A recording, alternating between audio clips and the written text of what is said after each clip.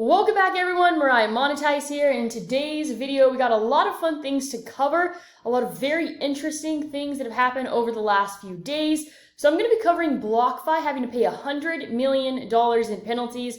I am pretty sure this is like the largest settlement when it comes to a crypto regulation situation. I'm going to be talking about what services that Blockfi provides that are no longer available at the moment. I'm going to be talking about Blockfi credit card rewards and how that is going to change. I'm going to be talking about how long it will take for the interest accounts on Blockfi to be back up and running.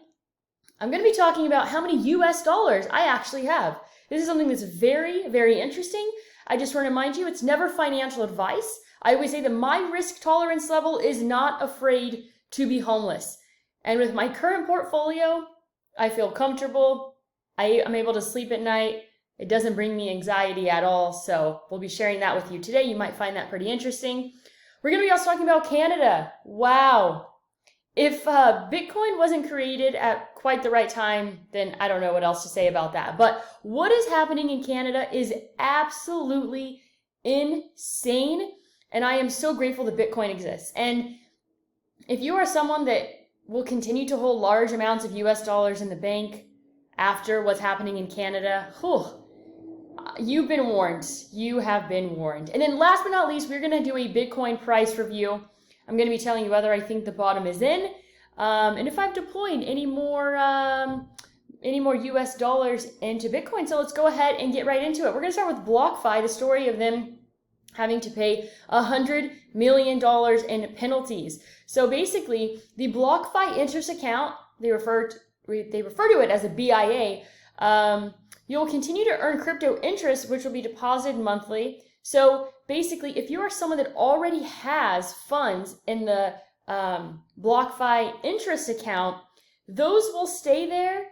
You can continue to earn interest, but you cannot add any more funds currently. So right here, can I add funds to my Blockfi interest account? No. BIA clients based in the US may not add further assets to their BIAs. You'll be able to add additional funds into your Blockfi wallet, which is the default account for buying, selling, and storing your crypto assets. You're able to move assets into your wallet to trade, but once moved from the Blockfi interest account to the wallet, they cannot be moved back and they will cease to earn interest. So pretty much whatever you got in your Blockfi account earning interest in the interest earning account, that you can't add anything else to it, okay? That's the situation there. You can still use every other Blockfi product that is available. So I'm going to go and put a link down below if you want to use my link to sign up for Blockfi. So you can still use the credit card. You can still take out loans and use your crypto as collateral. So every other service that they provide, you could trade on there. But I've said in other videos, I do not recommend trading on Blockfi because it's not very favorable. So all of their products are still intact. You just cannot add funds.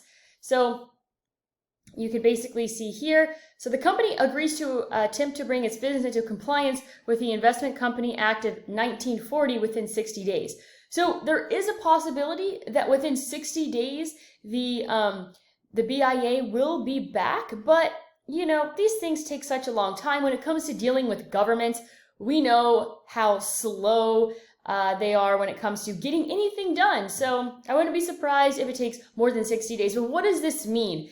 You know, Blockfi is kind of sticking their head out there and they're kind of taking one for the team when it comes to all of these interest earning accounts. So it'll be interesting to see, you know, what's ahead, but it makes sense, right? Why they changed this whole wallet situation. They were kind of anticipating this to happen. And that's why we saw the changes that we did over the years. Here's the good news. This $100 million penalty does not affect you as a Blockfi customer. It's not like they're going to withdraw any of your funds to cover this penalty. It will not affect the consumer in any way, shape, or form. So we can maybe hope for the next 60 days that being back, but for now, all of their products are available except the Blockfi interest earning account. So let's see, a few days ago, I got my Blockfi rewards for my credit card.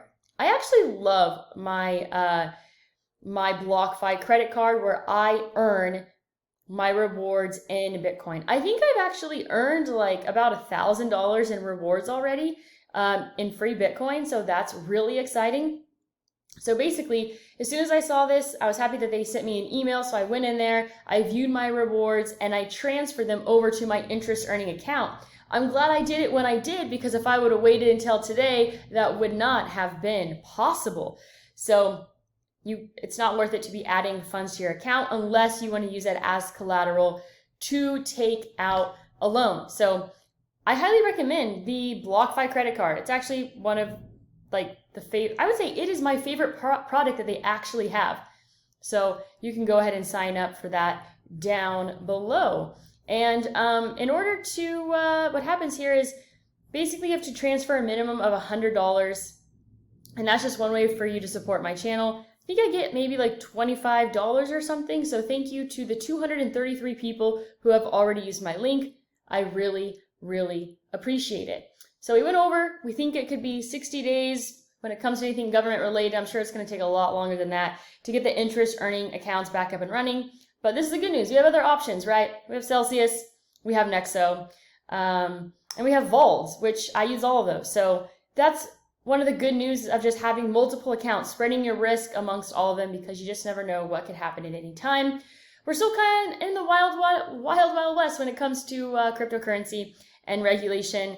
And this is the thing, is that I am never concerned over the long term when it comes to regulations, because governments will quickly learn, hopefully quickly, it takes them, I feel like, a really long time to learn anything, that the more regulation they put on crypto related companies, the more companies will actually leave the United States and go do business elsewhere. So I'm sure eventually they will catch on. And what's going to happen is it's going to go from tight regulation, it's going to transfer over actually to incentives. Right? So we see that like in Miami and stuff. They're actually offering incentives for crypto related companies.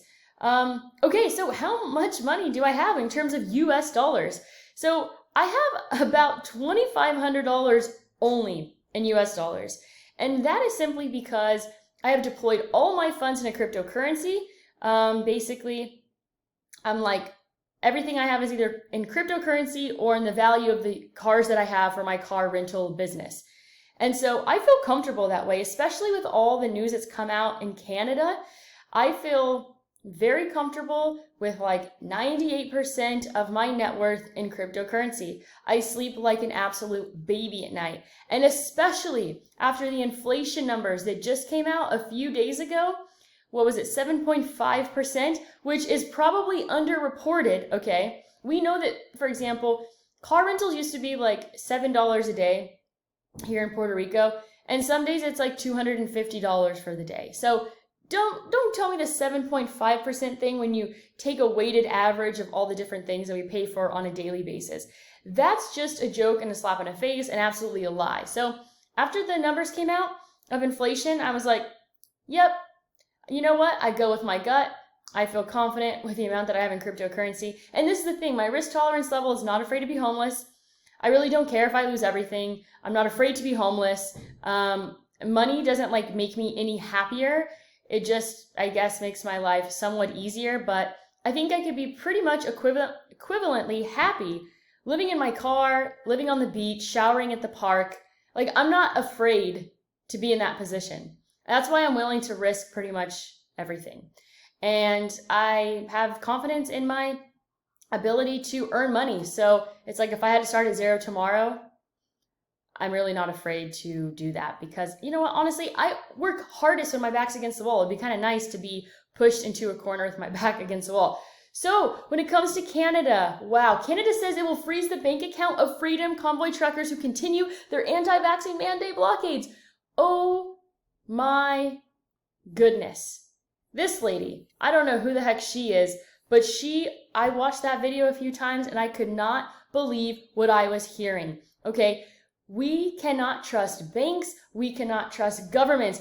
This is exactly why Bitcoin was created, because they can't seize your Bitcoin. They can't close down your hardware wallet with your cryptocurrency. You have full control. You have full power, okay? Like, I hate banks, and this just made me hate banks even more. And if this can happen in Canada, it can happen absolutely anywhere. I mean, honestly, I really wasn't expecting it to come from Canada, but here we are. So it's a great day to have very little fiat money. I feel so proud of myself. Being cash poor is like one of my favorite things. And I just love telling people because they just don't understand. They think I'm insane. They probably think I'm poor. You know, it's kind of nice when people think that you're poor, actually. So, yeah, very, very proud of the fact that I literally have like almost no US dollars. And you know, we got a few minutes left here for a Bitcoin price review. So we're going to go and head over to TradingView and we're going to check on Bitcoin here. Let's go ahead and see here. All right, let's go to the chart. So Bitcoin is sitting at about 44.5. So this is the 7-day chart here on Bitcoin. This is what I'm noticing. So what's today? Wednesday, we got some time left on this weekly candle. If Bitcoin goes above the high of this candle, which is 45,855, whoa, I think we're really, really in for a treat. Okay, so I was noticing when you look over here, the high that came in when Bitcoin hit this high of like almost $65,000. So it hit the high 1, 2, 3, 4, 5, 6, 7, 8, 9, 10, 11, 12, 13, 14, about 15 weeks. Okay, and then it shot up to the previous all-time high. So 15 weeks, 1, 2, 3, 4, 5, 6, 7, 8, 9, 10, 11, 12, 13. Okay, so, you know, this reminds me of this. Okay, which is exciting because we're kind of putting Bitcoin's kind of in a position to see more room to the upside. So a few things that I want to see here. I want to see this green 2 trading above the green 1. I also want to see this green moving average crossing over the red. If this green moving average crosses over the red on the weekly chart, whoa, it's going to get crazy. I'm telling you right now. Pull up the weekly chart. Input these moving averages, okay, it's a 5 and a 7, and every time Bitcoin basically the green crossed over the red, it was time to get in. When it crossed below, time to get out. And it's on the weekly scale, so you don't even have to make that many moves in the market. That's how, like, perfect of a situation it is. So, I've talked about that in a ton of my other videos. This is a daily chart on Bitcoin, which is nice. We made a higher high. I want to see Bitcoin go above that level. We've made a higher low, so would love to see Bitcoin get above the high of this candle right here, which is 45,855. And so that's kind of like a level that we really want to pay attention to. If we get above 45,855, I think we're going to have a nice stride to the upside. So daily chart looking nice. Also, like, you can use the same technique on lower level time frames. Obviously, this green cross over the red, you could use it on the daily chart as well. I really pay attention to the weekly chart because it's very few trades. You're not having to look at the charts constantly. So it definitely is a positive there for really long-term swing trades. Okay, so this is a 12-hour chart here on Bitcoin. We had a higher high, looks great. This green 2 trading above the green 1, love to see it. Like, this is going to be great. And we just want to once again see 45,855 is a level that I'm looking for. Okay, the 4-hour chart is a little bit concerning. We have what appears to be a lower high. Would love to, you know, this to have gone above that right there. So the 4-hour chart is looking not that great, but the 1-hour chart is looking good. So, you know, most of these time frames are looking really nice. This is some bullish action right here. Would love to see Bitcoin get above the high of this candle, which is 44,542. So if that can happen in the next like 6-7 hours, that'll be really nice, a positive sign, more room to the upside. All right, let's go ahead and take a look here at the 30-minute chart. 30-minute chart is, it's looking a little bit weaker, but if we can get above the high of this candle, that 44,542, then I think that'll be a really, really nice sign. So across the board, looking excellent. Green across the board, everything is just green today. Mana up nicely, almost 17%. So a lot of bullishness here in the cryptocurrency space, a lot to look forward to. And you know what? We could thank Canada for that because, wow, is it a good time to get all of your money out of the bank and hold on to some Bitcoin. So Bitcoin is something that I'm focusing on. I'm not focusing on altcoins. Bitcoin is what I'm trying to stack. Stack those sats. All right. Hope you have an amazing day. And as always, go out there and create a portfolio that you love. And don't forget to check out my links down below. to support my channel. Good night.